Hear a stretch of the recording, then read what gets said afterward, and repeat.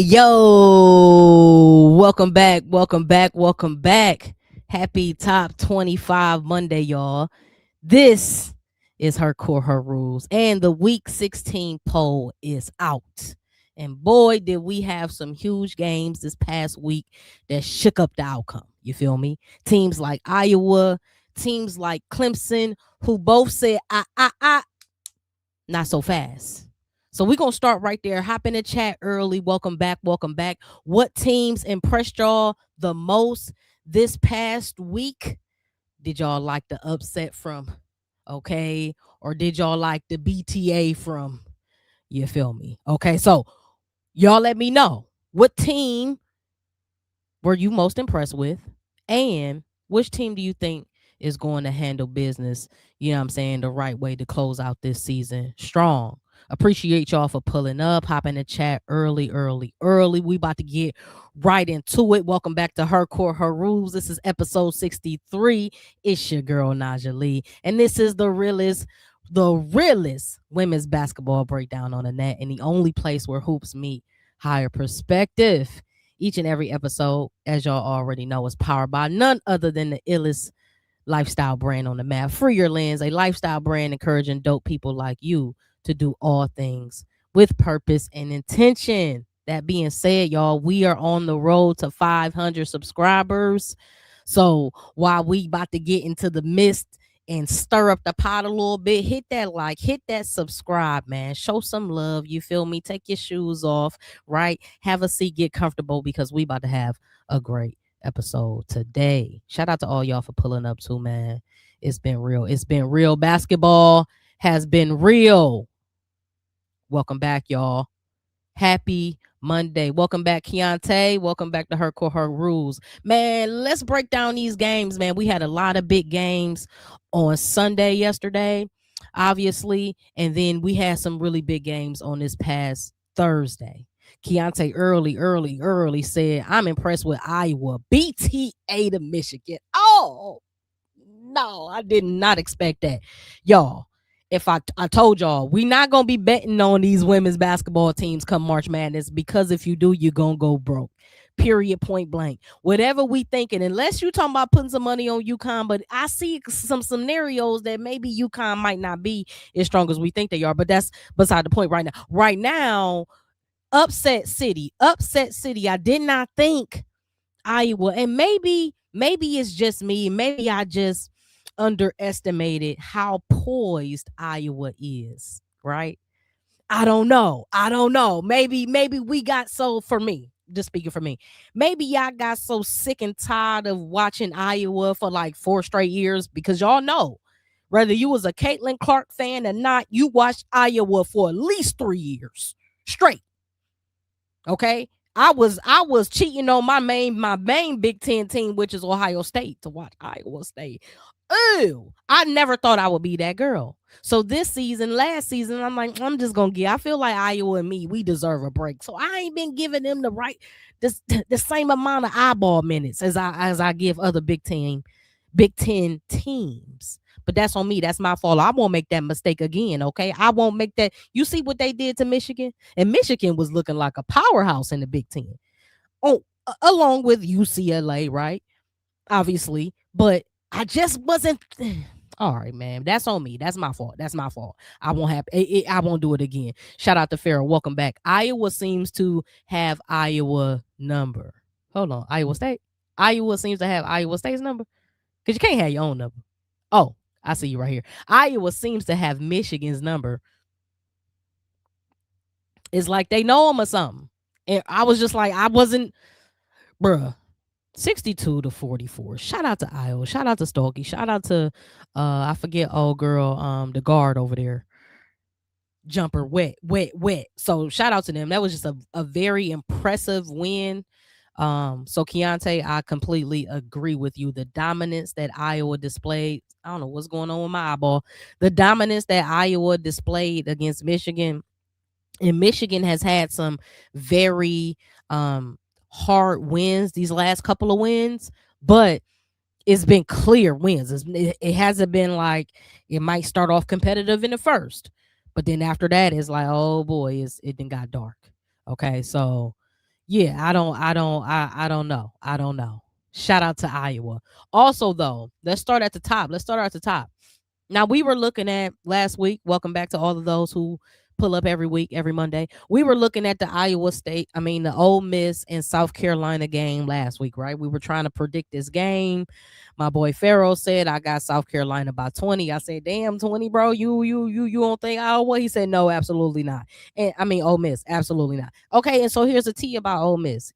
If Cody not on, they riding around here with four flats. It's just not gonna happen. If Cody not on, and when she missed her first 6, 7 shots, I was watching the game. I'm like, every shot was flat. She wasn't shooting straight up. Had a little fade on it.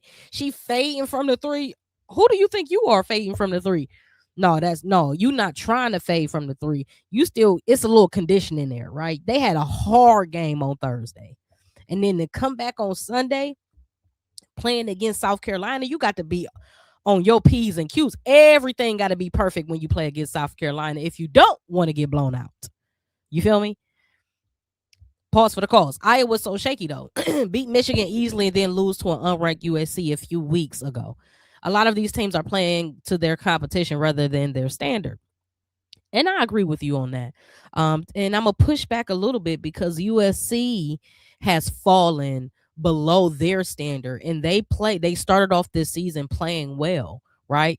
Um, even though they are missing some obviously some key players, dealing with some injuries. We still expected better for USC. I did not expect them to be, second class citizen in the Big Ten. Definitely did not. That being said, in conference game where you think there might not be smoke with somebody over there, it can still be smoke just because it's in conference, right? Like, so I know you, right? Versus if you go step outside your conference, even though they are higher, if they are higher ranked than you, more than likely the odds going to be in their favor. But in conference, don't none of that matter, right? Because I know you, coach know you, everybody know your game. We play each other multiple times in the season, right? So we understand each other. And some of these players have been they've had carryover beef, right?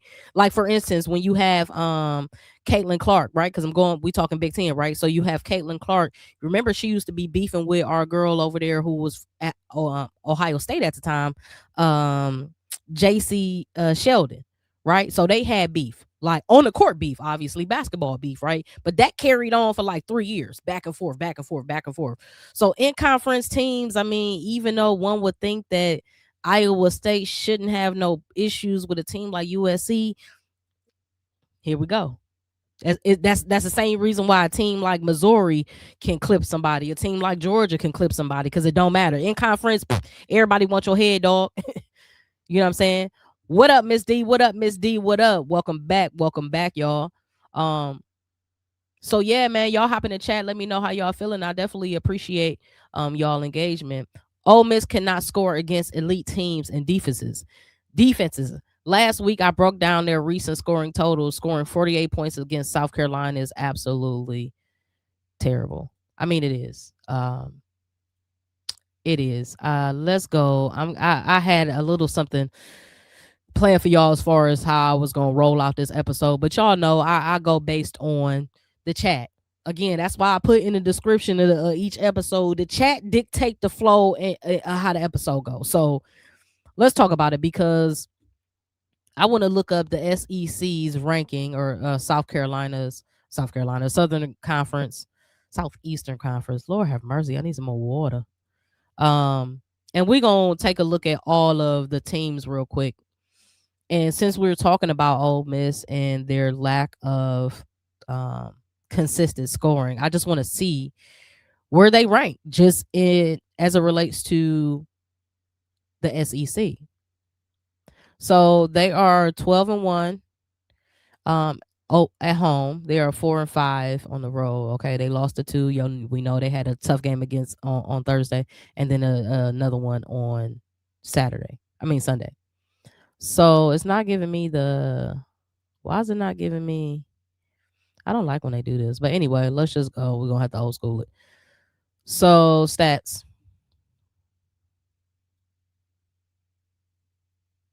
Okay, so they are averaging by a team 76.2 points a game. Let's go back. Let's go back. And I just want to see. Well, we know South Carolina is like 85. Um, we can also go to stat leaders here.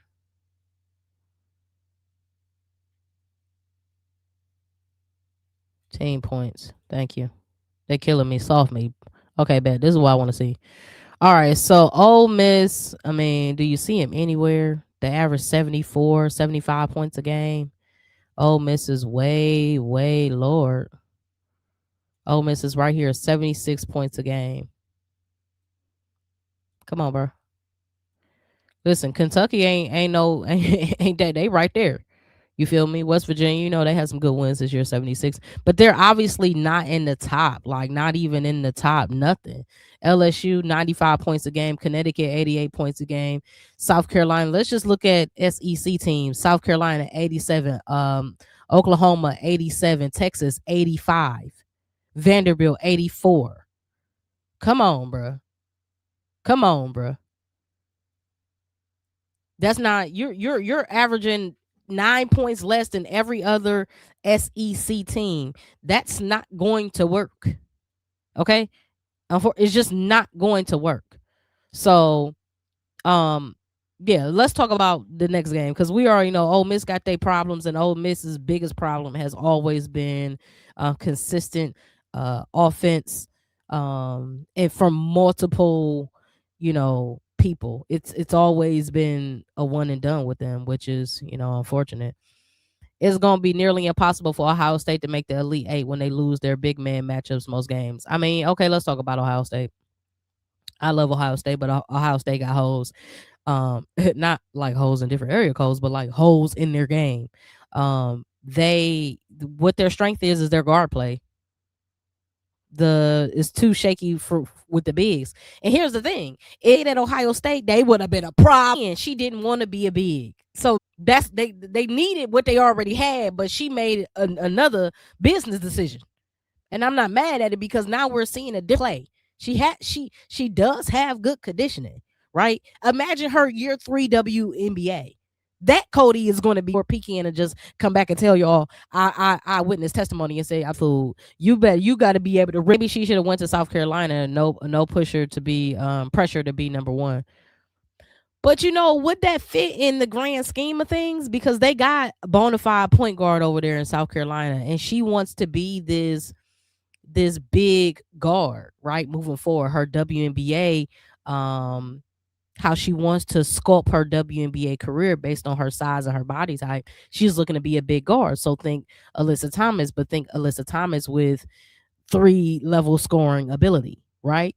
Finish with both hands. You know what I mean? That is a definite scoring threat. Alyssa Thomas in most games is not a threat, although we know that Alyssa Thomas can take over almost any game she plays in, unless it's against the Aces, because we know how. shout out to my Aces. Okay, Cody ain't that big though, not at the next level. Ohio State wanted her to sacrifice her WNBA prospects for their benefit. They should have recruited better, in my opinion. They should have. And I think that Ohio State normally always look for guards, right? When transferring became sexy and not like a stigma, it made it so that people was gonna be bouncing out of Ohio State. You feel me? It's just, and a lot of people I felt like left during them Caitlin Clark years because it's like, who you not winning nothing in the Big Ten when Caitlin Clark was over there. It just wasn't happening. You feel me? It's like when LeBron was in Cleveland, you know what I'm saying, on the East, especially them first 7 years, and then came back, it's like nobody else is winning through. Y'all can just relax. So y'all feel, based on the chat, that Cody, shout out to King Lion Crown, appreciate you for pulling up. You think that Cody is playing out of position? That's what y'all think? Is that the general synopsis here? What a win by the Hawkeyes. Nobody's wins in that building. Exactly. Michigan is a very tough place to play, and it really don't even matter what sport at this point. Michigan is just tough to play in. Ann Arbor is a problem. You know. Okay, so let's get back to the next game because I like how where these comments is going. Okay, boom. Next game, next game, next game. Can we call this an upset? Absolutely. Absolutely, we can call this an upset. Clemson beating Duke, right?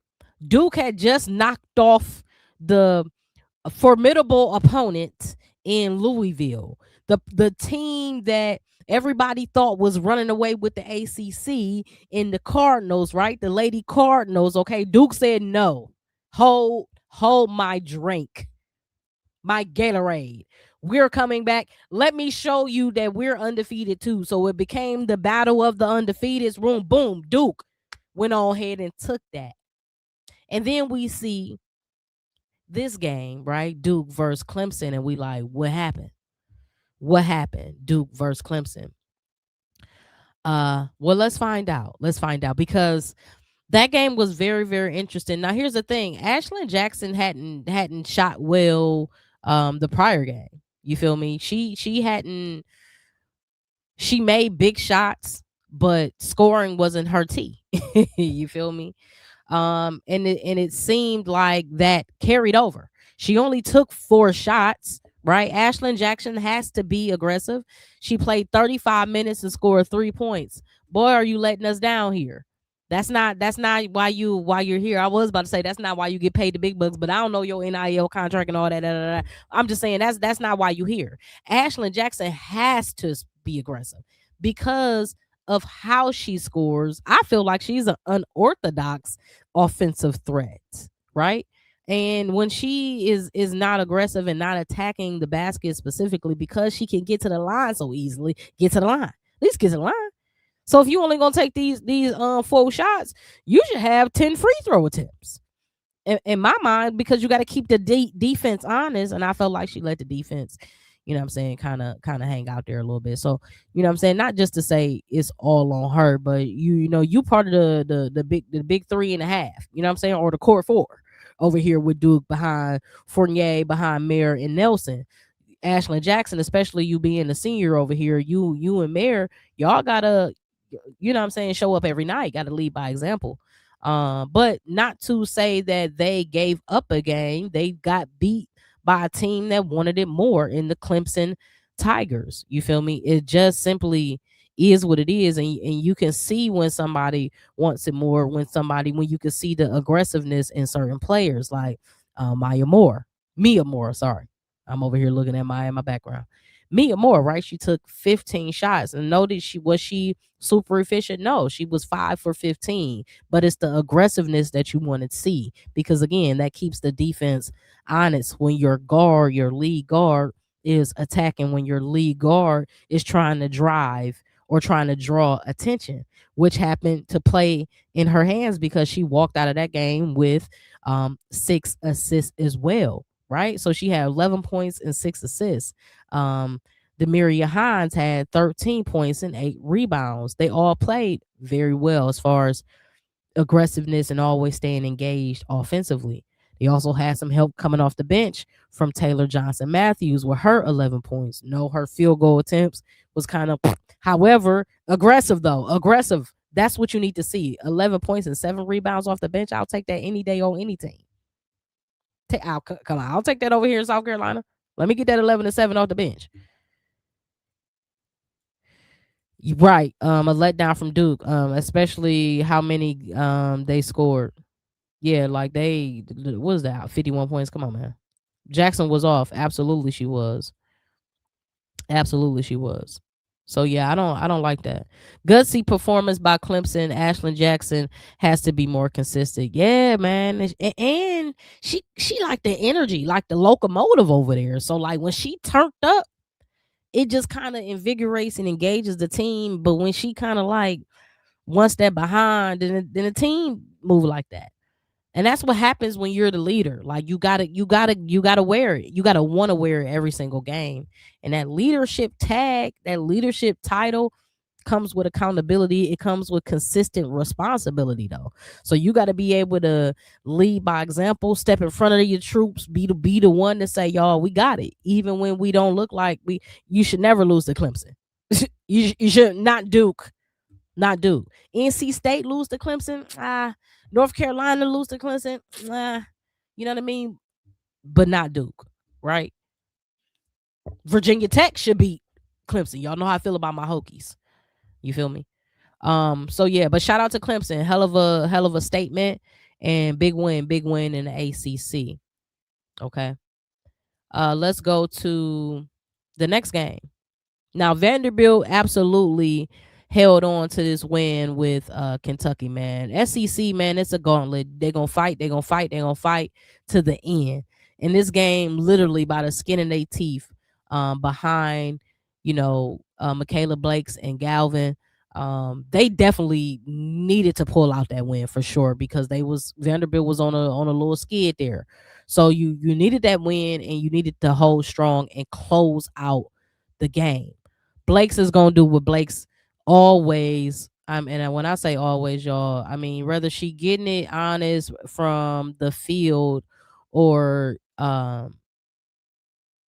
she is getting it from the free throw line, she gonna get it. Period. And that's what you love about Michaela Blakes is because she's always gonna make sure that she's engaged offensively and giving her team everything she can give them.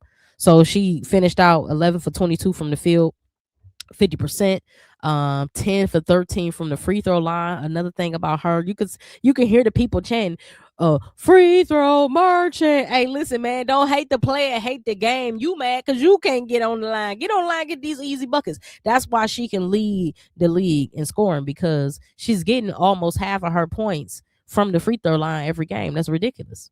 Right. So it makes the game easier. 35 points.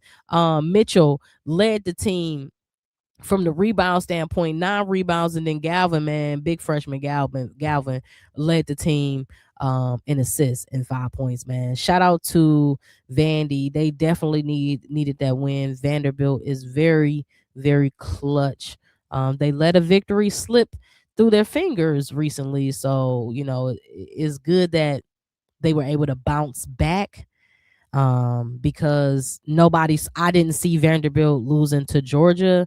But here we are again in conference, don't matter. Georgia went on ahead and did that. So Vandy coming up, they have Alabama. Okay, and Alabama is not a team that we can sleep on. So, that being said, Vanderbilt got to go ahead and finish out strong, right? And continue to do what, they've been known to do, which is be dominant, and they got to do that. But shout out to them. Let's go to the next game. The next game was we want to talk about TCU Horned Frogs. Okay, shout out to TCU. Shout out to Olivia Miles, man. Great comeback victory. Shout out to Keontae.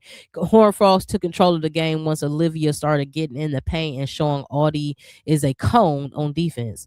Stands there and sticks her hands up. That's it. Great comeback for sure. Absolutely, I completely agree with you. The one thing about Iowa State is when you're playing with them, like if you have a fluid offense, you can expose some weaknesses on their team. And one of the biggest weaknesses is that it ain't a lot of movement coming from that center position, right? It ain't a lot of movement. Okay, so you get her a moving, all the crooks are moving, then you can kind of get into that paint a little easier because she is a brick house. So it ain't easy to get around her. But if you can change positions and change the side of the floor, right? The strong side, the weak side, and get that ball swinging, now you can penetrate. Now you can break that first layer of defense. Now you put the pressure on your last line to help defense to come up and step up and check a guard. And ain't no way in the world that Audie Crooks on her best day can stay with any guard in America, but definitely not Olivia Miles. So shout out to them behind Olivia Miles. Hell of a leader, man. Hell of a point guard. Best point guard in the land, as best point guard in the league. I don't know. Y'all tell me. Let me know. Is Olivia Miles the best point guard in the top 25? Oh boy, we're gonna talk about it. Next game, which actually took place last week. Oh no, Sunday. LSU versus Ole Miss. Ole Miss, man. Oh, this was Thursday, that's right. Because this game was behind the very next game, behind the spicy comments from Mama Flaugier, right? Mama Flaugier says, you know what I'm saying, my daughter is winning in life.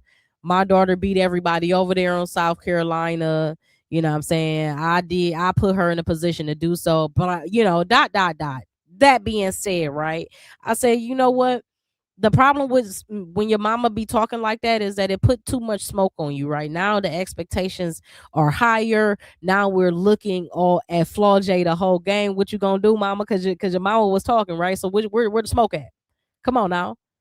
And they did what they were supposed to do.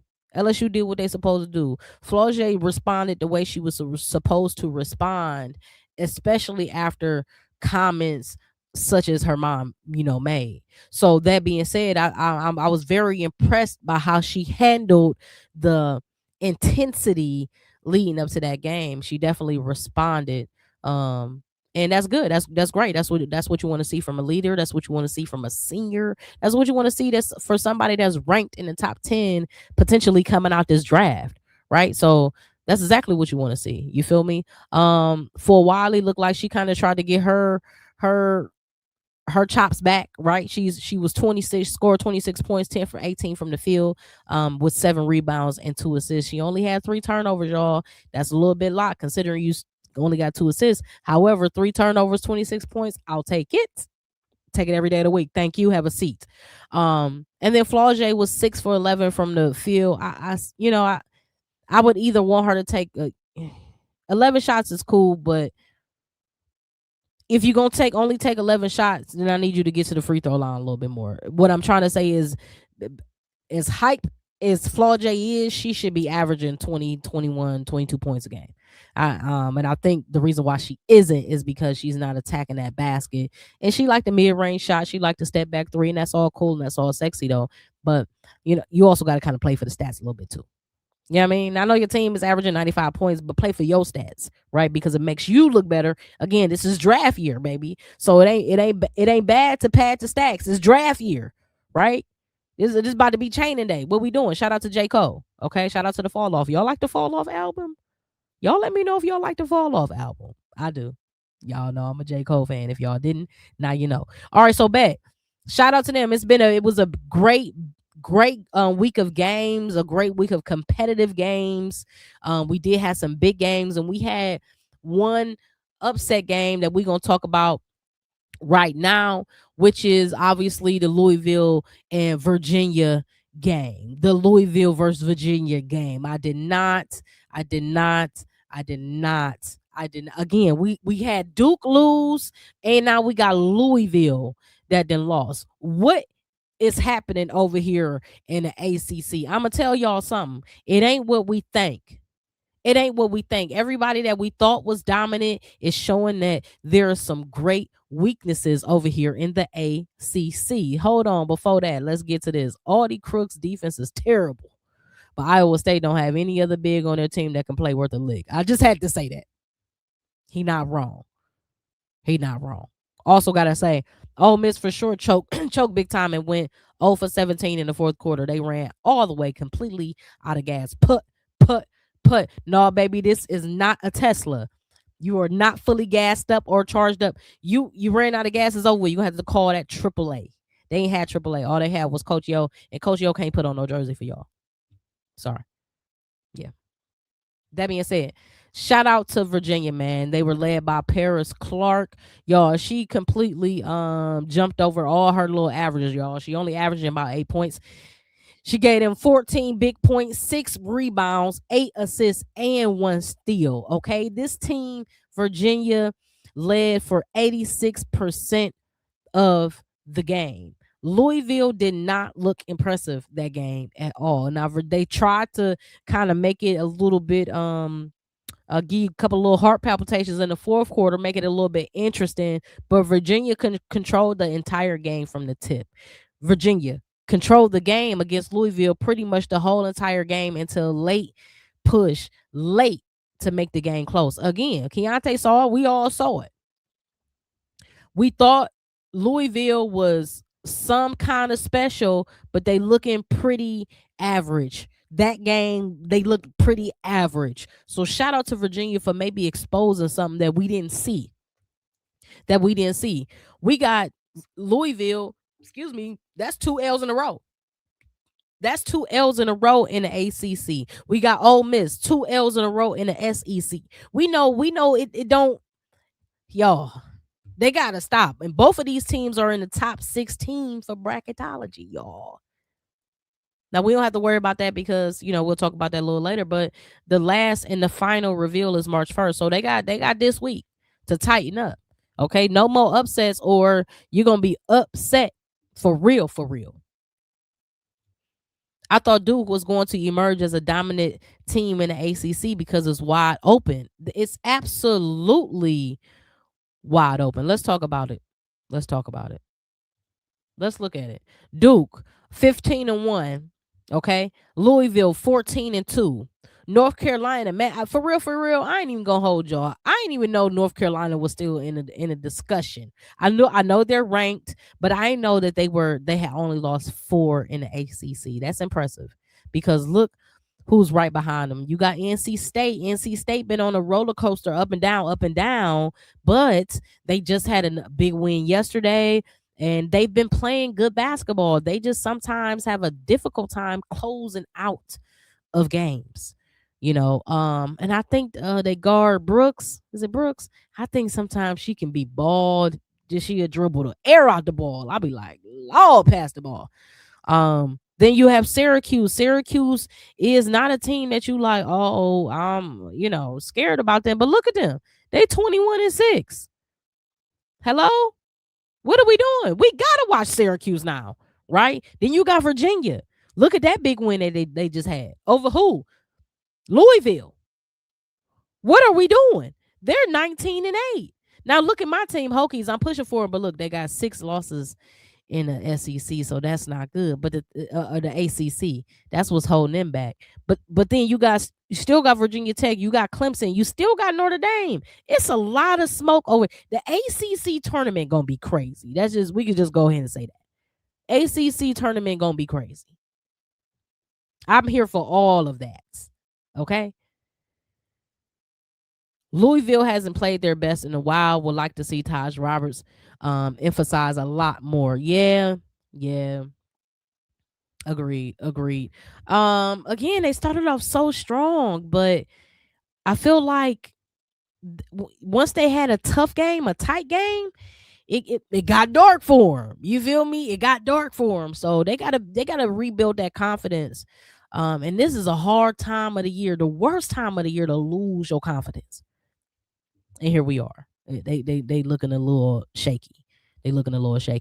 So that being said, let's get back into it. Actual question. This is a great time for y'all to hop in the chat. If you're new here, welcome back to Her Core, Her Rules. Hit that like, hit that subscribe, and get active in a live chat. Let me know who was your MVP last week, your MVP, or if you got multiple people, who stood out to y'all the most last week. Let me get to this comment. NC State offense is too isocentric. Exactly. They need a true point guard. I'm a big Syracuse supporter. They got weapons. They just inexperienced. Yes, they are. They're young, right? And I completely agree with you when it comes to NC State. It's just dribble. It's, you know what I'm saying? It's just a light pick and roll. It's no real structure. There's no real schemes. There's no options. There's no reads. It's just whatever my guard can do and break down. You know what I mean? We'll just, and then we'll figure something else out after that. We'll figure out a counter move. But I don't like that. That's not effective offense, right? And that'll get you bounced out of March Madness early. Oh, y'all ain't got no plays. Okay, we're gonna see how that go. Medina Okot, boy, was she cooking this last game. She hit 3 threes. Lord, we didn't see that coming. She was all over the place. She was doing everything, right? So yeah, I can't be mad at that. I definitely can't be mad at that. Shout out to Medina Okot. Great output this past week. Let me go back to her stats from Sunday. Hold on. Against Ole Miss, because she was cooking. Okai had 17 points. She shot 6 for 14 from the field, 3 of 3 from the 3-point line. She also had 10 rebounds. Dog, what are we doing? You feel me? Oh, hold on. And 4 blocks. Come on, man. Come on, man. Medina is probably going to be drafted top 10 as well, right? She's going to be a top 10 draft pick. And, we're going to do a draft show right before probably in 2 weeks. Probably 2 weeks we'll do a draft show and we already did one, but we're going to have to update it. So yeah, let's go to it. Hold on. I enjoyed Lay's performance against Ole Miss with 26 points, followed up by 22 points against Missouri. She might be hitting her stride at the right time. Exactly. Just how we talked about teams losing confidence. This is the wrong time to do it. This is the perfect time for somebody like Malaysia, who's so electric, for her to be picking up steam and gaining more momentum and improving her confidence on the basketball floor. She got to remind herself how dangerous she is. You feel me? Don't forget about the negativity around when she is too loose with the basketball and turn the ball over. She just got to let her hair down and play the game the way she plays it. You feel me? And when she plays a game that she, like you said, you enjoyed her performance, when she plays basketball like she's back in love with it, she's going to give us an enjoyable performance every single time. She's a player that should be averaging 20 plus points. Should, right? But, things happen. So, yeah. Let's talk about some of the great outputs this week. Reagan Beers against Tennessee. She had a big 18 points and a big 18 rebounds, man. Reagan Beers is so hard to defend because she runs the floor and she posts up strong and early, right? So if you checking her, you got to get your down that flow. Don't worry about nothing. Don't complain to reps. You sprint, rim run, because that's exactly what she's doing. And if she gets early position, it's over with. Too easy, right? If you start fouling her, too easy. If she get on the offensive glass, too easy. So against Tennessee, man, a team that's they a little winded right now. Their wings might be a little clipped. It might be over for Tennessee. I don't know. We're gonna talk about it. Reagan Beers, 18 and 18. Shout out to that. Plus 18 and 18. What? Sheesh. Passing through Sports Talk Media says Olivia Miles, 3-win week, and to end it off with a 26-point triple-double. Yes. And the stats are impressive, but it's how she did it that's even more impressive. In a comeback win against Iowa State, man. 26 points, 10 rebounds, and 10 big, huge assists. I mean, Olivia Miles, she was my player of the week last week, MVP of the week last week. And she's so special. What she can do offensively, how she can impact winning from not just the ball being in her hand, but how she leads and directs traffic. How she like a female Tom Brady from there, for real, man. She really is, man. She can do everything. She's got great size. Right? She don't move too fast or too slow. She at her own pace. I mean, okay, so a point guard that's underrated in the NBA, who she reminds me of, is Josh Giddey of the Chicago Bulls. He is a walking triple-double, can give you 20 points on any and every night. However, he plays for a trash team.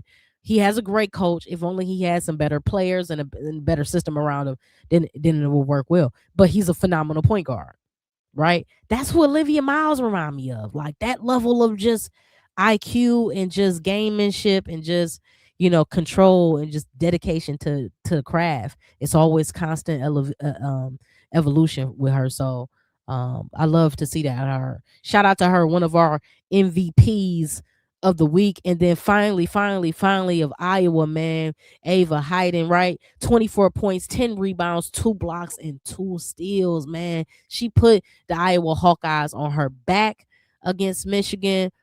She scored, y'all, the crazy thing about her 24 points, she scored 20 of them in the second half. She went perfect from the field in the fourth quarter. Shot 6 for 6. Bruh.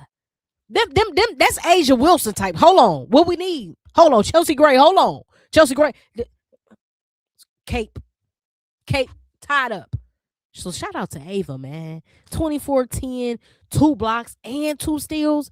Both ends of the court dominating. That's what we like to see. That's what we like to see. Don't just talk it, walk it. You feel me? So shout out to our MVPs of the week. Phenomenal week, man. I think they're going to continue to do big things to close out this season. But let's get into why y'all here, man. Let's talk about this AP Top 25. It's Top 25 Poll Monday. And of course, we got to break down the poll together as a family. Okay. Now, here's the thing. Is this surprising to y'all that UConn is still number 1? No. Because why wouldn't they be number 1? Aren't they dominating? Aren't they on a 45-game win streak? Isn't that the 7th longest streak in D1 women's basketball history? 3 of the 5 longest winning streaks are held by who? The Huskies. Complete dominance, not this year, but last year and the year before and the year before. Okay, we might skip a couple years here and there, but overall, under Gino, it's been, what are we talking about? Number 1. Shout out to them. Number 2, though, UCLA. UCLA Bruins, man. They've been, talk about cooking all year round. They 27-1, man. I didn't think this going into the season that UCLA was going to maintain their position of being dogs, or they ain't had no slippage. They done already clinched the Big Ten title outright. We don't even have to talk about it. We don't even have to talk. See, that's why I was saying the ACC tournament going to be interesting. Not so much the Big Ten. Yeah, all them other teams, cool, y'all play for second best. UCLA has already clinched and shown the world that they are the best and the epitome of great basketball in the top 10, right? They just, on Sunday, 21st win. They marked their 21st win in a row. Now, we don't see teams like UCLA doing that often, right? We see South Carolinas, right? We see UConns. Those are the teams that we see all the time. UCLA, that shocked me. That shocked me, y'all. I pay more respect to UCLA. They're the only team in the top 25 from the West Coast, holding it down. Big West. Okay. South Carolina, they ain't surprising us. Keontae say UConn Natty number 13 coming soon. Let's go. Now I ain't mad at that, man. If UConn winning again this year, you know what I mean? Shout out to them. I know my South Carolina Gamecocks gonna have something to say about that. Joyce Edwards, okay, recorded her 17th 20-point game this season over Ole Miss, and that victory over Ole Miss on Sunday. 17th 20-point win. 17th 20-point game this season? Dominant. Boy, she's averaging 20 points a game, so it makes sense. It makes sense. This is only the second player that under Dawn Staley to average 20 points a game. And y'all know who the other one was. That's Asia. Y'all do that. Shout out to South Carolina, ranked number 3, man. I mean, UCLA been balling. South Carolina been balling. Hold on. UCLA is balling. 6 seniors. Whew. That's a lot of experience. It is a lot of experience. And they've let us down in prior years because we like, damn, come on, y'all was that close. Y'all was that close. Y'all was like, they right there now. We've been saying it all year round. I wouldn't be surprised if we got number 1, number 2, UConn and UCLA in a championship. Of course, I want my Gamecocks to be there, but UCLA is just different right now. I'm not completely sold with their coaching, though, and that's the underline. That's their underline. When it comes to who tips the scale, it's Gino and Dawn for me. They get in trouble when she fails to make in-game adjustments. And we really don't ever have to worry about that with who? Gino and Dawn. That's why I got UConn and South Carolina in the finals, but I wouldn't be surprised if UCLA. I would be surprised because I'm a Gamecocks fan, but I wouldn't be surprised if UCLA is there because they've been dominant all year round. But if UCLA is in the finals with UConn, who y'all got? I got UConn. But if UConn not shooting well and they struggling with rebounding the ball, I got UCLA. So if top four stay the same, number 3 South Carolina, number 2 UCLA in the Final Four would be crazy. It would be, because you think UConn and Texas a play, you feel me, and then UCLA South Carolina. I'll take UConn over Texas. UCLA. That's crazy. I got you South Carolina versus UConn in the finals too. I would love that, South Carolina and UConn. That's what I want to see. That's the matchup I want to see. South Carolina, because I want to see the minds attack each other between Gino and Dawn. I want to see how they adjust. I want to see how they try to eliminate and remove threats like Sarah Strong and Azzy Fudd. I want to see 3 or 4 people checking Sarah Strong. We'll see all types of things, right? So plus I want to see Azzy Fudd and Tessa Johnson. That's what I want to see. I want to see Raven check Azzy Fudd. That's what I want to see. So it's a lot of 1v1 matchups that I would like to see between UConn and South Carolina. And I can't say the same for other teams. I mean, Sarah Strong and Lauren Betts, that sound crazy. That sound fire. That sound like a fire 1v1. But I think if it's UConn versus UCLA, you just gonna see a lot of team scheme things. So we'll see. South Carolina versus UCLA in the Final Four. Hopefully, South Carolina can get the advantage on UCLA. Oh, hopefully they will. This is our year, baby. This is our year. This is our year to go to the finals. This is our year. Shout out to Texas. They are number 4, ranked number 4. Texas game is 950-point win this Sunday, which is most in program history, which is crazy. This is the second most in a season in SEC history behind this season's LSU team, which has 11 such games. So shout out to Texas Longhorns. I mean, they're 26-3. They've had some shaky moments, but they've been pretty consistent. They've been in the top 4 all year round. And Vanderbilt was right there in the top 5. They've been there all year round. Shout out to Vandy. I think they were number 7 at one point, but this been 1 through 5 has been consistent for what, the last 4 weeks, 5 weeks. Shout out to Cool Running 1, 2, 3. South Carolina is not about to beat UConn. And he laughing at us. He said, y'all crazy. I don't know what y'all are. Y'all better stop drinking that Kool-Aid. Get off that Gamecock Kool-Aid, okay? Because it's going to be the Huskies for him. Listen, I'm not mad. I'm not mad. If you a UConn fan, I mean, this is a great year to be a UConn fan. It's like when people was Warriors fans, when you had the Steph, Clay, and then Draymond, and then you had the KDs. You was a Warrior fan, then fine. You know what I mean? How can you lose? You can't be mad being a UConn fan. But I still got my South Carolina. South Carolina do not have one player to stop Sarah Strong. No, they don't got one, but they're gonna throw 3, 4 of them at her. You feel me? It's gonna be Joyce Edwards. It's gonna be Okot. They still got more bigs. You're gonna have Alicia Tourney. They got people they're gonna throw at Sarah. Okay, they're gonna have people out there. So, and here's the thing. South Carolina might say, Sarah, go ahead and go off, sis. We're gonna make it hard for you, but go off. Go ahead and get your 30. But let me tell you something. KK, Azzy, all their guards is shut down. Now you best to believe that. This year, them UConn guards is shut down this year. But Sarah Strong, nobody in the world can check Sarah Strong 1v1. But you don't need 1v1. You just need multiple bodies, make it difficult for her, and close the door on everybody else. And I think South Carolina could do that. I think they can, because last year Paige was on a mission. Paige was on a mission because she couldn't graduate UConn without getting her one of those. She couldn't afford to. So, you know what I mean? She had to. I think Vandy should have been 4 over Texas, Michaela over Madison. Oh, so you got, if you could redo the top 25, you got Vandy 4, Texas 5. But see, Vandy lost that game. Right? Vandy lost that one game. That close game, right? To who did they just lose to? Not Kentucky. They beat Kentucky. Georgia. So you lost to Georgia. That Georgia game was on the 15th. Okay.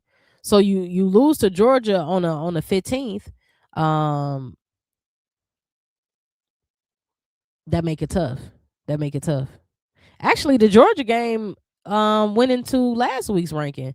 So I guess you kind of right. Like, who did Texas beat this week?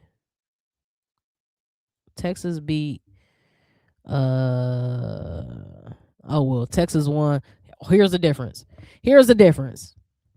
I'm gonna go back. I'm gonna address this. I think Vanderbilt should have been 4 over Texas, Michaela over Madison. So here's why. Because Texas beat their people, okay, by 50 points. They beat Mississippi State by 50 points. And Vanderbilt just barely beat Kentucky by 2. That's the difference there. That's the key difference. But yeah, I would agree with you. I got Michaela Blake's Michaela Blake's she the best guard in the SEC to me. Period. And one-on-one, I think she might be the hardest person to check. Sarah Strong, Michaela Blake's hardest person to check one-on-one. Yeah. Okay, no, UConn guards would be too much. Raven couldn't even do nothing with UConn last year, and SEC was in South Carolina was deeper. We gonna see. Listen, I hope I'm right and you wrong. I'm just gonna keep it a bean. Like, I mean, neither one of us can predict the future unless you telling me something I don't know. Cool runnings. However, we gonna find out, and then we're gonna pull back up here. We're gonna talk about it. Yeah, Texas beat Mississippi State and not beat them. They just. That's why I asked y'all in the beginning. What was more impressive? The obvious BTAs by certain teams or the upsets by like Clemson and things like that in Virginia? What was more impressive?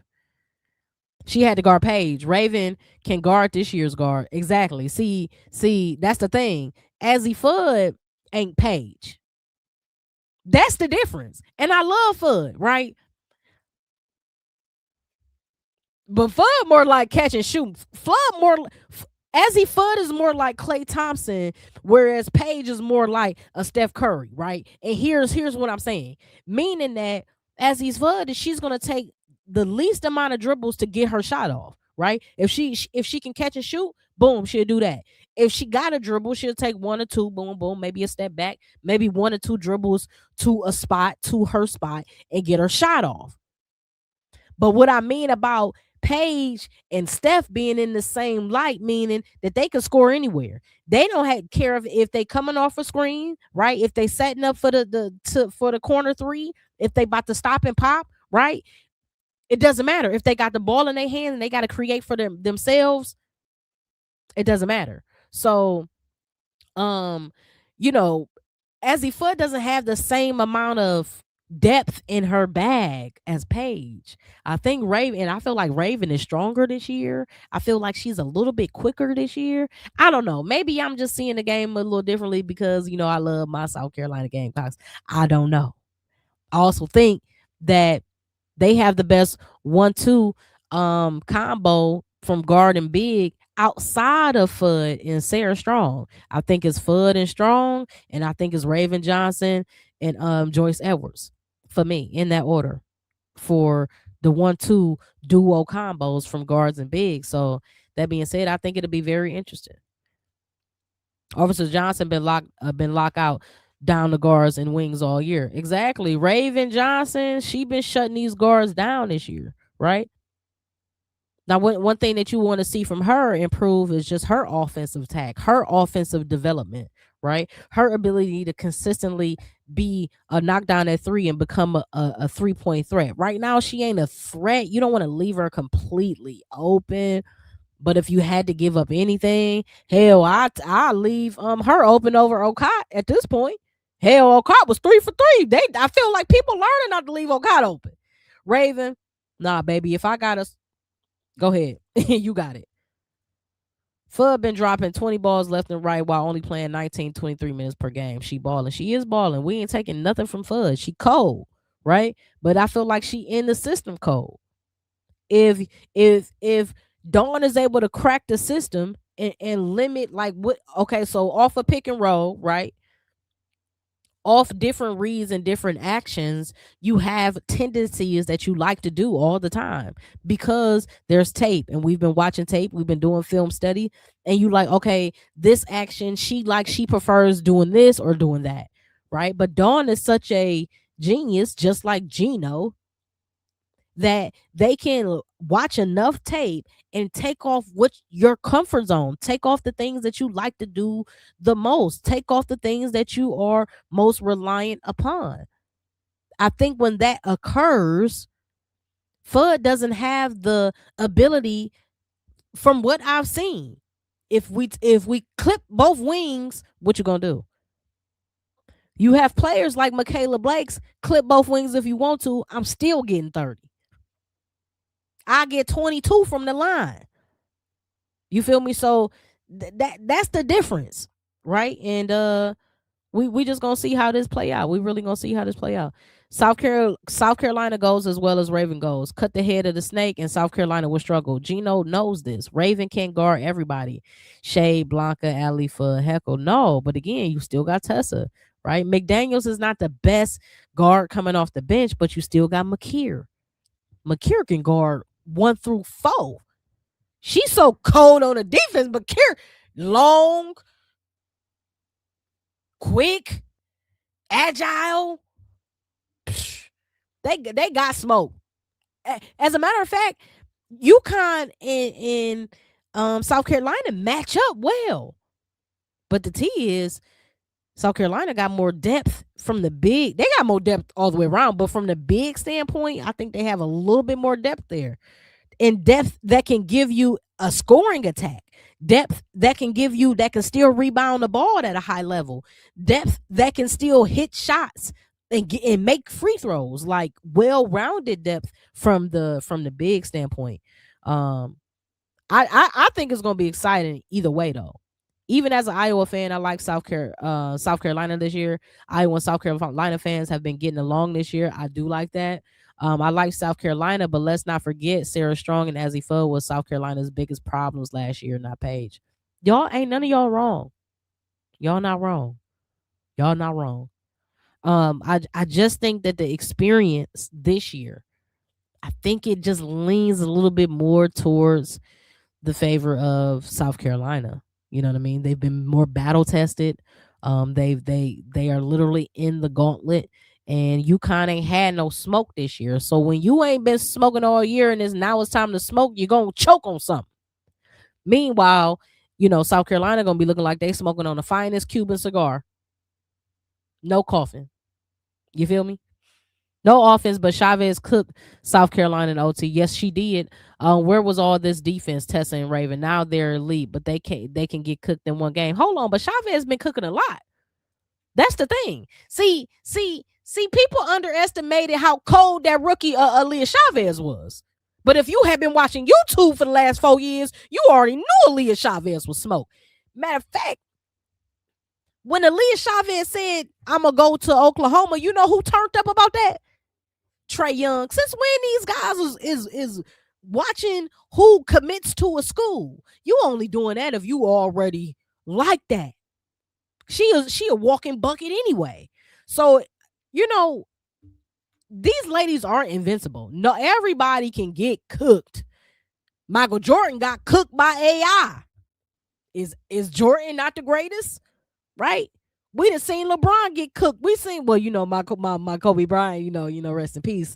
He the GOAT. I never say he got cooked, but everybody get their bag took a little bit. At least once or twice. That lets you know you great. That lets you grow. And then how you bounce back from that though? Oh yeah, she took your food. Now what though? You gonna stop going into the kitchen? You don't eat no more? No.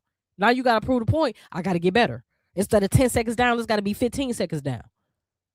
That's for all my basketball heads who they had hard practices and you really commit to defense. You practice how to be in that squat and moving 10 seconds. You got to commit to 10 seconds because usually somebody only going to dribble the ball for about 5-6 seconds at a time.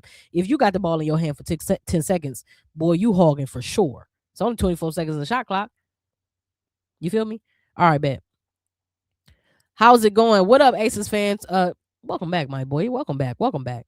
Are you worried about the hold on, we're gonna switch up the tempo a little bit. Are you worried about the Aces top three players are still free agents? Asia Wilson, Jackie Young, and Chelsea Gray. I know I am. I know y'all talking about college, he said, but I just had to get that in. See, I'm not mad at that. We're gonna be doing WNBA coverage right after March Madness. So I ain't been talking about the WNBA too much. Plus, you got the CBA nonsense, so but I ain't worried about no free agents. I think once everything start and shake out, all these legends will continue to have and don that Aces jersey. So I ain't worried about that. Chavez, 38% field goal, and 32.5 3-point percentage. She's a volume shooter, and that's how she scores all those points. She's not efficient. Baller, she's cool, but she be chucking up shots. Yeah, but then she get real efficient in the fourth quarter in them overtime games, right?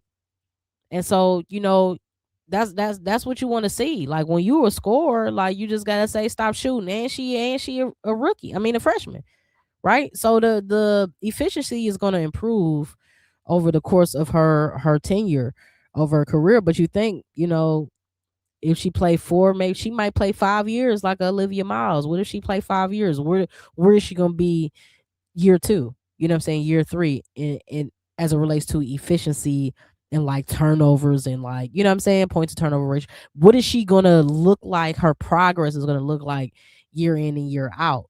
And I think that's what we have to watch. And I don't want to judge her too critically because she is a freshman, right?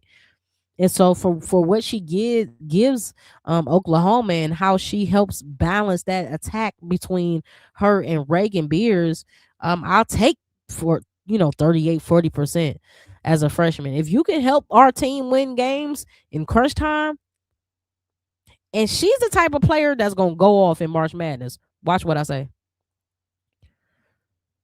What day I go live and talk about the Cavs? Wednesday at 6 o'clock. Wednesday at 6 o'clock, we do the NBA Cavs State of Mind, talk about the Cavs and talk about what's going on the East Coast and letting y'all know, you know what I mean, who's above us and who name we got up there because we throwing darts at their names. We got to make that second seed for the Cavs, but you know what I'm saying? Shout out to y'all.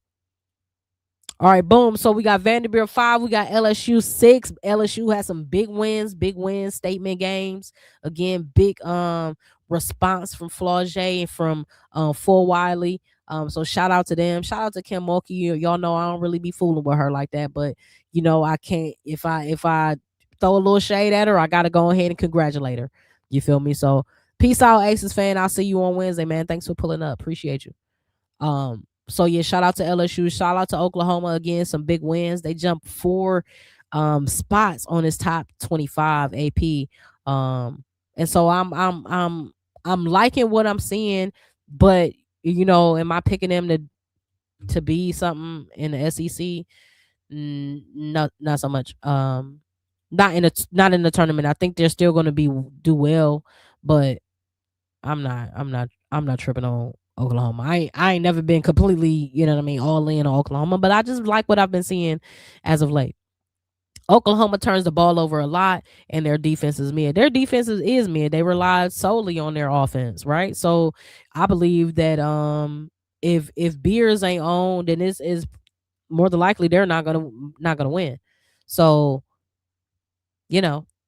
that's not a good recipe moving into March, right? A lot of these people that look great right now are going to get exposed during the conference tournament. It just is what it is. Like, and we have to look at that. We just looked at the SEC conference as a whole, but let's look at it one more time. Hold on. And let's look at it one more time because as we see, we got South Carolina 13-1. We got Vanderbilt 11-3. We have Texas 11-3. So they are tied for the second slot in the SEC. Then you got LSU 10-4, Oklahoma 9-5. Right? Then you got Ole Miss and Tennessee. So I mean, respect to Tennessee, respect to Alabama. I'm not worried about either one of them. Georgia is scary. Kentucky is scary because Kentucky was a top 10 team for a good little minute in the AP poll, and then injuries and all that and losses and you know what I mean. They kind of failed, but they've been climbing back up. Right? They've been climbing back up. And Georgia then had some key significant wins. So Georgia and Kentucky is scarier to me than Ole Miss and Oklahoma, right? Because we kind of know exactly what their limitations are, whereas Kentucky and Georgia, they just a walking surprise. You just don't know how they coming. You don't know what to expect. So um the SEC is a gauntlet. Is tough out there. It's tough out there. Let's see. I think Iowa should be at 7. Okay, let's get that back up here. I think Iowa should be at 7. And really, Oklahoma barely beat a bad team, and Iowa just blew the doors off number 6 Michigan. Iowa should have been rewarded for not allowing Michigan to come back. Let's go to the next slide. Here we go. We got Iowa at 9 and Michigan 8. So if Iowa beat the brakes off of Michigan out the gate, I thought that they should have been ranked higher than Michigan. We just embarrassed y'all. So that being said, at least if nothing else, if not 7, for sure 8 though, for sure 8. So I don't like that. I wish I had a vote. I would have voted Iowa 9. I mean Iowa 8 and Michigan 9. But again, Iowa did raise 4 spots, made it into that top 10. So welcome to the top 10 Iowa. Welcome to the top 10 Iowa. Following by Louisville, who dropped a couple, and Louisville kind of been on a steady decline, right? Because they took them 2 conference losses back to back. Don't like that. Don't like that for Louisville. Yes, you're right. Beers does foul a lot, and when she is not on the court due to foul trouble, problematic. You know what I mean? It puts too much pressure on Chavez, which now, adds to why her shooting percentage is so low. Because there are moments when I feel like she has to overshoot and over produce or attempt to produce because, your main threat is on the bench because foul trouble. Danny Carnegie and Mia Woolfolk are Shaq and Kobe. For Georgia. Oof. If Georgia gets some consistent 3-point shooting, they are a problem in the SEC and March tournaments. Let me tell you, Woolfolk was out there footwork for the gods. I ain't know Woolfolk had it like that. Woolfolk. I ain't know she had it like that though. Very impressed. Carnegie is fearless, bro. It don't matter what they down by. It don't matter who's checking her. It doesn't matter what team they playing. Doesn't matter what the ranking is. I feel like Carnegie always tell her team, we can win this game. Follow me. Follow my lead. Shout out to Danny Carnegie and Mia Woolfolk. Matter of fact, they keep at it. Is Danny Danny is what, a sophomore? What is Danny? Hold on, let me see. I think, what is she? Let me go to her. Sophomore, yeah. It's from Mount Vernon, New York. That's why. Danny Carnegie is from Mount Vernon, New York. That explains everything. That explains her tenacity. That explains why it don't matter who on the court with me. I feel like I'm about to cook all y'all. That's why. I think Louisville lost Taj Roberts in their previous game. Hope she gets back soon. That's a big loss for Louisville. Let's go. Let me Google that. Yeah. Let's get an injury update. Yeah. Okay, so we don't have anything but from one day ago.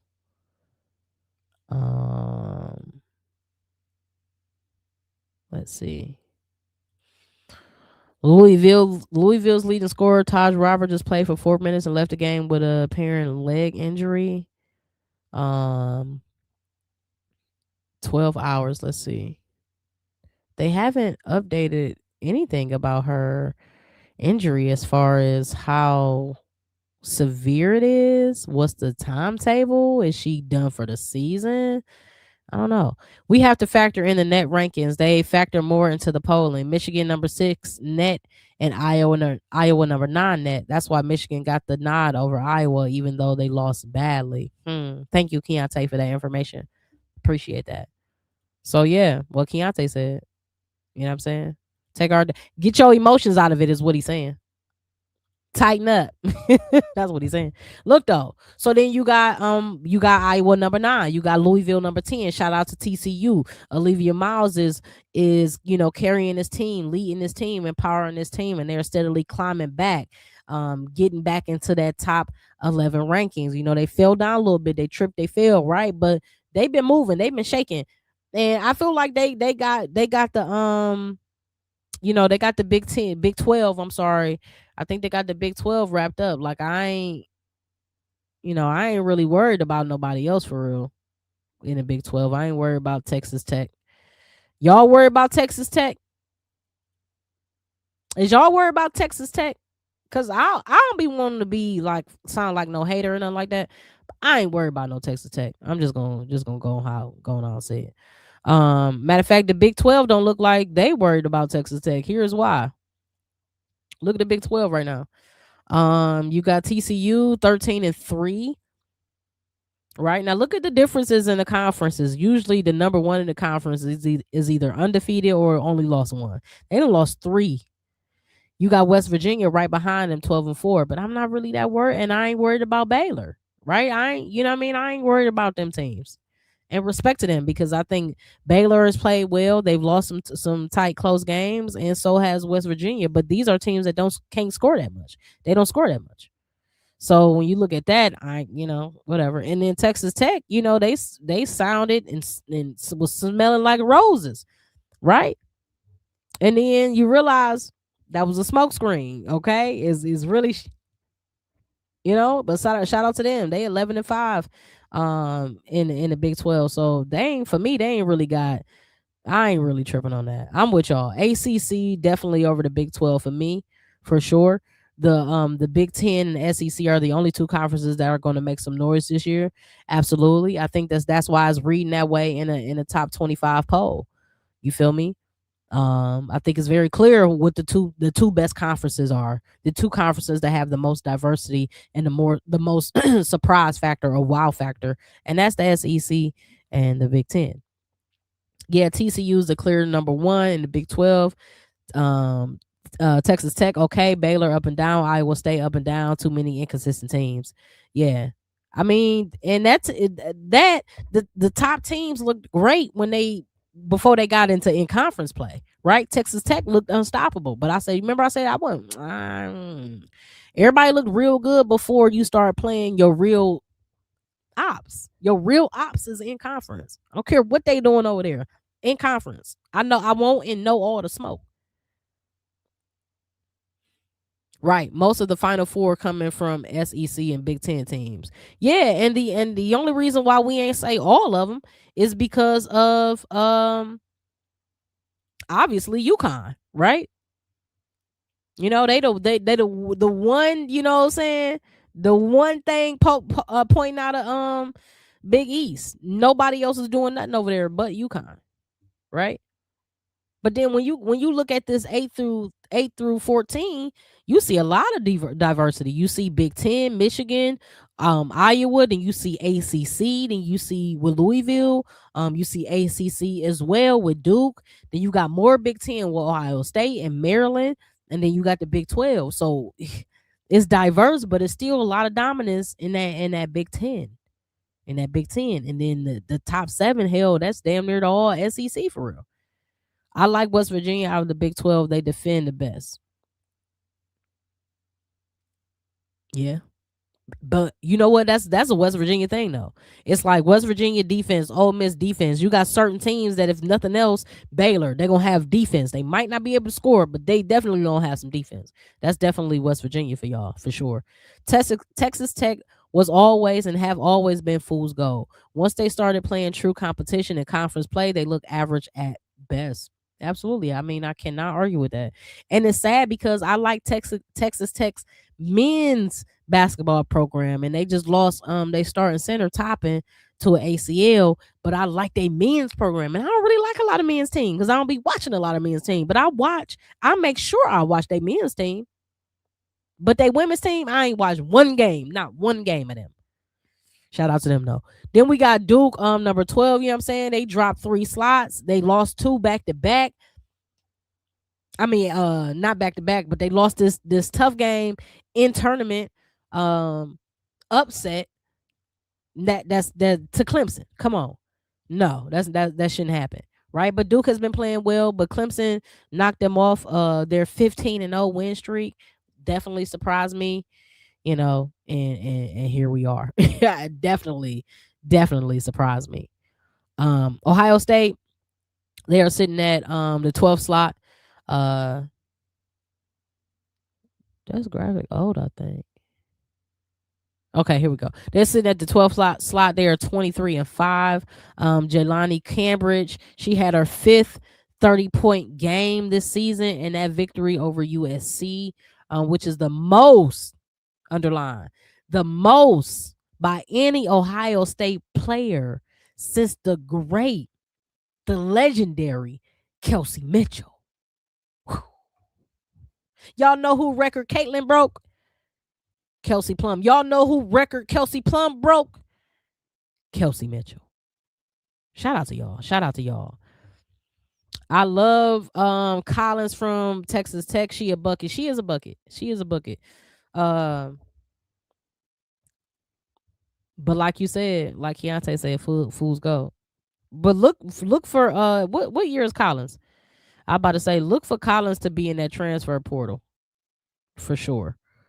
I can't. I don't know where year she is. Hold on, let me go to the roster. She a senior, so she coming out. She's 6'1" senior. She coming out in the draft.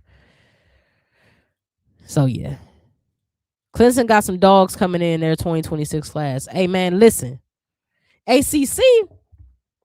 If Hannah thought it was gonna get easier, it's not. It's not. If NC State thought the road was gonna get easier of North Carolina, it's not. It's not. Y'all, your ACC about to have some teams on their head between Clemson and Syracuse. Huh. Okay, in Virginia. Okay, the Orange is here to play. Ironically, Clemson, Syracuse, and Virginia, all orange, and all them teams won't smoke next year for sure. Shout out to Ohio State. Obviously again ranked 13, and then you got Maryland that's holding sturdy at 14. I mean, Maryland been up and down this year, but they had their third conference win by 30 points this season, which is insane. It's the most in any regular season since 2021. Maryland typically has pretty good teams though, pretty good programs. So shout out to Maryland. Let's go over these last couple teams here. Michigan State, man. For me, Ohio baby, man, Buckeyes fan, man. I really don't be fooling with nothing. Michigan University or the University of Michigan or Michigan State, they Spartans or whatever. I really don't be fooling with none of them. But Michigan State gained this fourth win over AP top 25 opponents this year. It's the most since 2018. Michigan State has been playing. They had that tough loss last week to Michigan, but for real, they've been pretty solid all season. Sometimes their scoring can get stagnant, and that be the biggest caveat with a lot of these teams is that they just don't score consistently enough. Like they can just get bottlenecked in the fourth quarter, even if that's not their typical game. You don't see quarters where South Carolina can't put up 18 points. But we see that with a lot of teams where they single digit scoring outputs like Ole Miss and Tennessee. That's not gonna work. Who knows, because the transfer portal will change everything. No, that's true. Because Timothy Williams, welcome to Her Core Her Rules, y'all. Molly, and Timothy. They said that Clemson got some dogs coming in, absolutely, and then with how these teams' identities are changing and being curated behind the fluidity in this transfer portal. I mean, anything is. I mean, it's like the NBA. You watching the transfer portal like you watching the trade deadline in February. Who going where, right? Anybody who feels Lauren Betts should be Big Ten Player of the Year over Jelani is crazy. Betts ain't even the best post in the Big Ten. Now, Jelani gotta be Big Ten Player of the Year. Gotta be, because for real, I feel like UCLA would be really, really good even if Lauren Betts wasn't as good as she is. They just got so many weapons over there. But that's not the same case with Ohio State. They are whatever Jaylani is. And she's been come on, cooking. Grace Van Sluten is tough. Vander Sluten, yes. She's definitely tough, for sure. Collins is a dog. I was surprised she left Ole Miss. Yeah, man, that's the thing about the transfer portal. You be like, oh, y'all ain't committed to this team at all for real. Because I thought you was down with the crew. You was down for you. I ain't mad at that though. I ain't mad at that, but you only got one life. Go wherever you feel you gonna thrive. You know what I mean? But damn. Shout out to my Terps. Proud of Kendall Walker and Addie Mack have stepped their games up. Alucci is top 5 in Big 12 Player of the Year race. Shout out to them. Shout out to them. I mean, it's been overall like through all these top 25 teams, man. We done seen some great individual showcases. We done seen some great team showcases, 50-point, 40-point, multiple 30-point victories. It's been some stuff going on in the top 25. So we just been blessed with good basketball, especially since this top of the year. You know, because the first half of the year was a lot of blowouts. You know, everybody shit. Iowa State looked like they was a top 5 team in the top 10 first 10 games, right? Because you're playing out of conference, you're playing a bunch of people, you're gonna roll over. But once January hit, in December, January hit, that's when you really with the smoke. And I think we just been witnessing some great basketball, man. And I'm here for it. Jaylani should win Big 12 Player of the Year, but Betts fits a narrative and will probably win due to her team success. If Betts don't win it, Coach Close would be whining about it. She would. And by Betts being a senior, that'll probably play more into her getting that. And then also, you know, team success. They say it's an individual award, but team success definitely matters for sure. Right. So then you got, you know, rounding out this top 21, you got Ole Miss 19. They dropped 2 slots, right? They took 2 L's. So, you know what I'm saying? In conference, it makes sense. Then you got Texas Tech, you know what I'm saying, still 20th. They probably gonna be that between 20 and 19 for the rest of the season. North Carolina is 21. Shout out to North Carolina, man. ACC is tough. ACC is tough. I've been hearing that Coach Yo might take the Florida job if it's open. Now they got a great team. Florida got a great team, but they need another coach for sure. And I think Coach Yo going to Florida, that transfer portal opened up, and absolutely the coach will be whining for sure. Yeah, UCLA's coach. Yeah, for sure. But that's just what UCLA do. Respectfully. So then we got the last but not least in the top 25, we got Minnesota. Minnesota 21-7. Minnesota been creeping on up.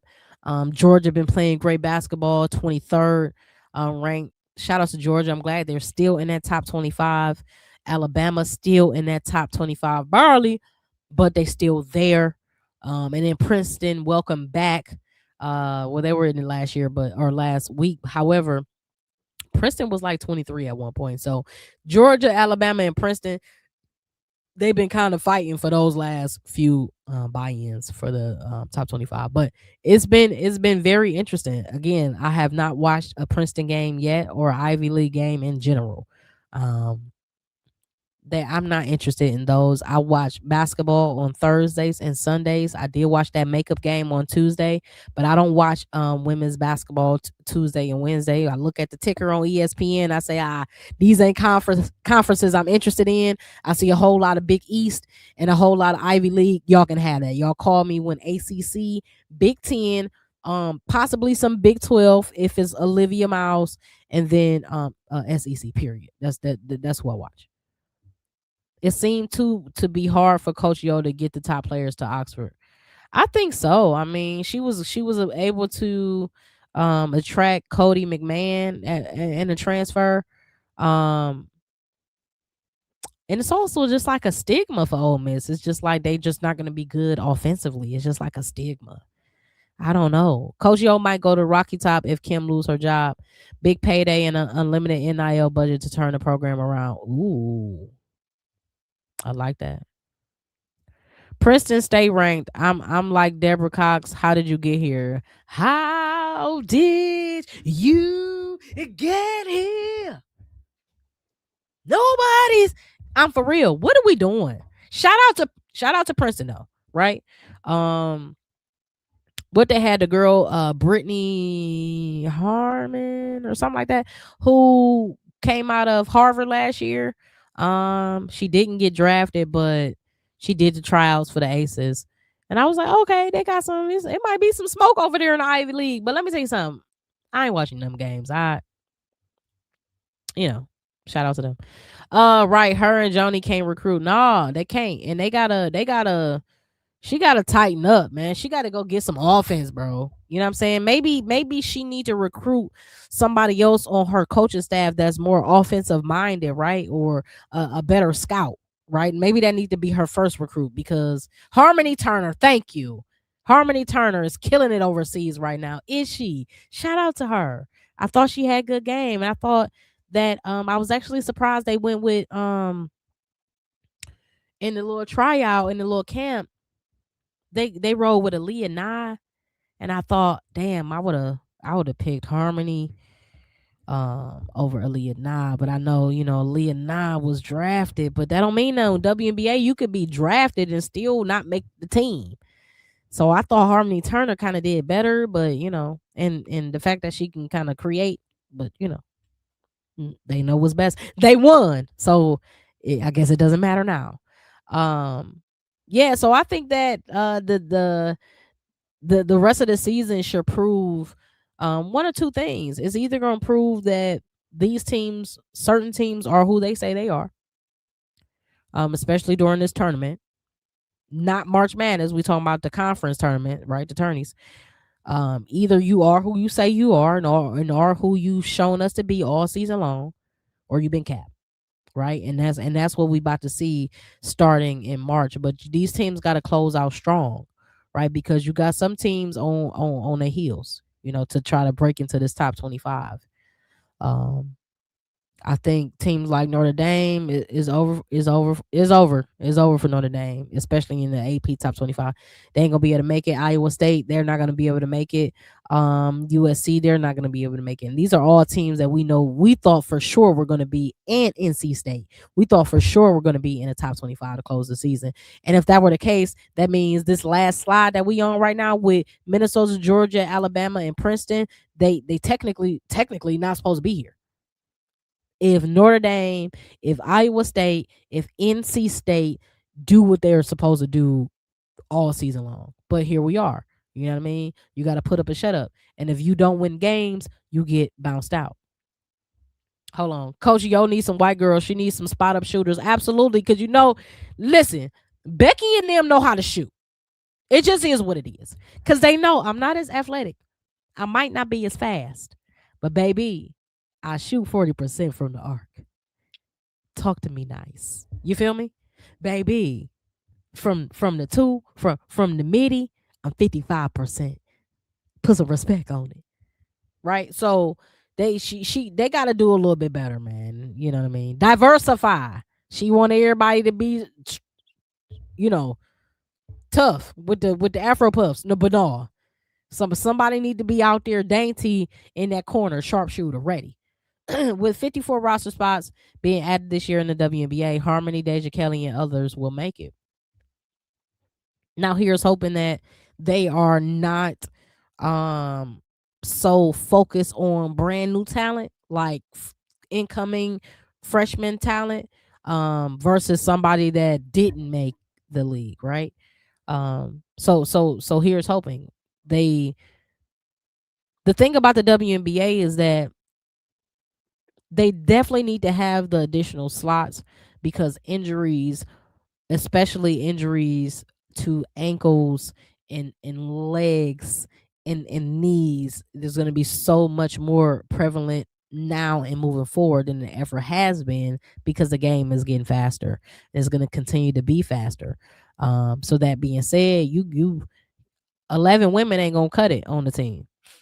13 sound better, but really you need 15, right? Or you at least need 12 dressed and 13 already on the phone call that know that travel with the team and know the game plan.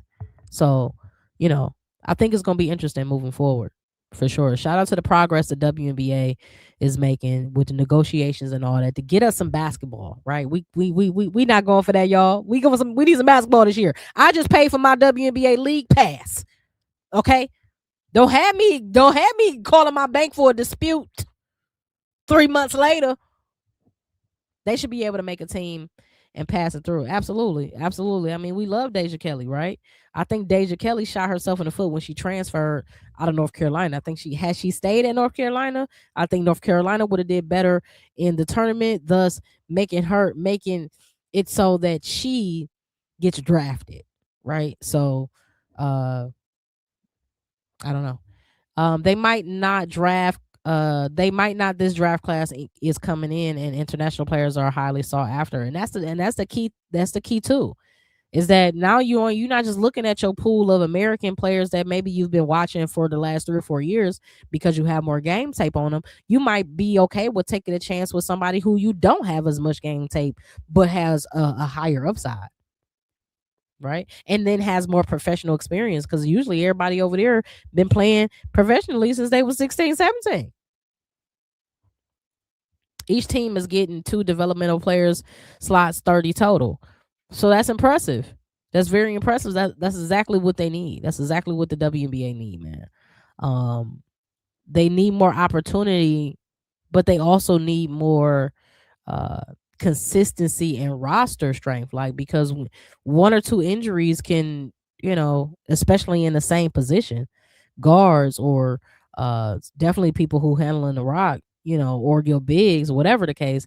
If you got multiple injuries in the same line of the depth chart, then that just make it very difficult. And so now you scrambling, and we saw that last year. We saw Indiana Fever be successful in the scramble, but that ain't how you want to compete at the end. You don't want to compete at the end by just piecing together what you got. You want to be going into the playoffs knowing what you already have.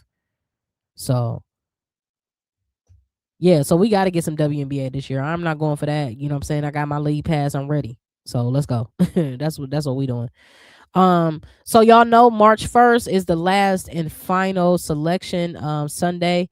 That's going to dictate what our top 16 is. It's going to dictate the brackets. It's going to dictate seeding. It's also going to dictate home court advantage. So this last week is critical. Everybody got to tighten up and close out this week strong because March 1st is around the corner. It's Sunday.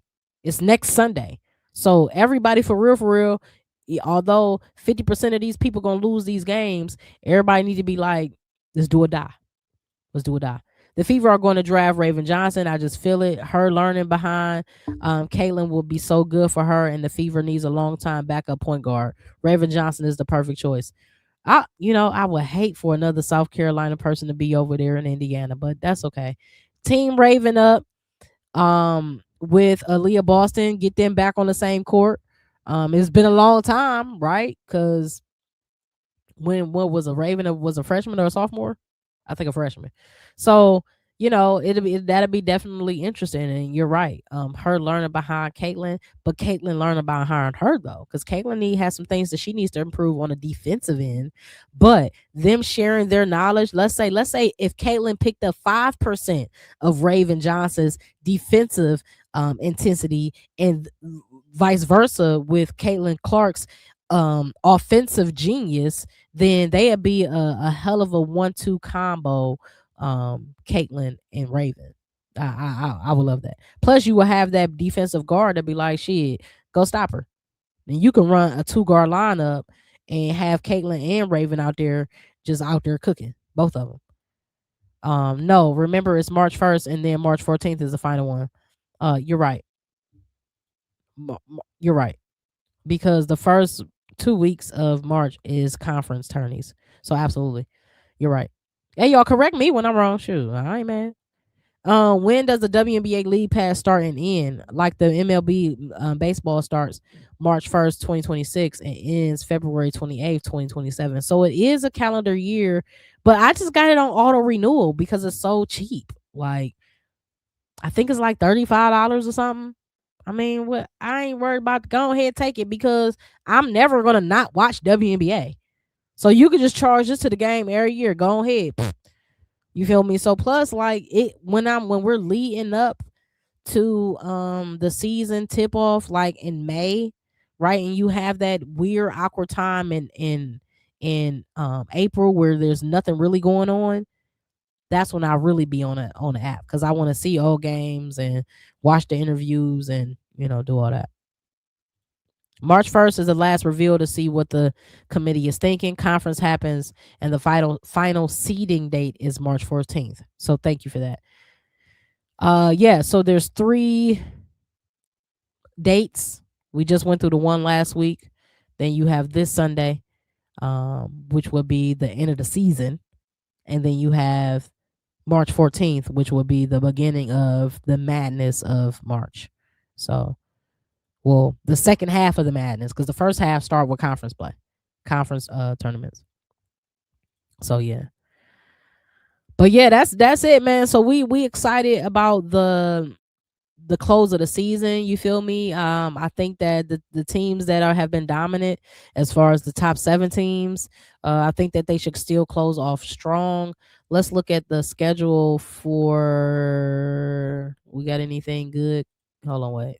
We got anything good on today? You got Baylor and Kansas State. That's on right now. Baylor is up by 6, 32-6. That's on ESPN2. You have Georgia versus Auburn tonight. That's on right now as well. Auburn is up 6-3 on SEC Nation. That game just tipped off. LSU in the UConn bracket. We all know Kim can't win versus no elite coach. Now, come on. You know she can't. Hold on. I mean, y'all want me to. I'll be trying to get out of here about talking bad about Kim. I'll be trying to get out of here before I do that. But here we go. Yeah, no. LSU does not want to be in this bracket. They do not want to be in the UConn bracket, right? But depending on what Ohio State does, they have no choice. They really have no choice. I don't think that they're going to jump above Michigan or Louisville, but Louisville has lost 2 in a row. So Louisville lose another one, then it'll be Louisville in UConn's bracket more than likely. And then LSU might move over to South Carolina, but they don't want to be in that bracket either. I think LSU is damned if they do, damned if they don't. The best thing that they can happen is maybe they drop down, but they don't want to do that. So they do not want to drop down, get their eagle on, and have to try to beat UCLA. I think LSU is damned if they do, damned if they don't.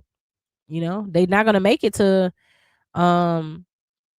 the Vanderbilt bracket. I mean, I don't believe so. But again, I can't wait to Sunday again, like Keontae said, to see what everybody is thinking. So that's gonna be interesting. I appreciate everybody pulling up to another episode of Her Core, Her Rules. This has been episode 63. It's been fun. It's been real. While you're here, make sure you hit that like, hit that subscribe, man. I appreciate everybody who was active in the live chat. I appreciate everybody who pull up and leave a comment for my replay gang, man. Let me know what you think and let me know who impressed you most individually or as a team this week. Let me know what your expectations are to close this season out strong as we lead up to the conference tournament. Who winning? What we doing, y'all? Get in the chat and let me know, or in the comments and let me know how you feeling. What's the vibe? We do this every Monday at 6:00, and then on Wednesday we get into our Cavs state of mind, where we break down Cavs from a higher perspective. You feel me? Obviously, we got some new additions to the team. We just lost to OKC. We lost to them badly on Christmas, but we lost to them not so badly yesterday. Okay. But we're gonna talk about what we've been seeing from our Cavaliers team, and then from everything that's going on in the East. The beast over there in Detroit. So we got to talk about that too. So y'all pull up on Wednesday at 6 o'clock and we get into the Cavs state of mind, man. I appreciate everybody. Y'all know each and every episode is powered by Free Your Lens, Free Your Lens. So when you hear, hit that like, hit that subscribe. We on the road to 500 subscribers, man. Appreciate everybody for rocking with me, showing me good energy, good vibes, because you know that's how we cook up over here at the society. You feel me? We just cooking up good vibes, good energy. You feel me? Yeah, man. Hope everybody be well, be blessed on this week. Watch some great basketball this week. Root for your team. Scream, scream real loud. And then meet me back on Wednesday and let me know how it went. Y'all already know the vibes. It's your girl, Najah Lee. Peace and freedom.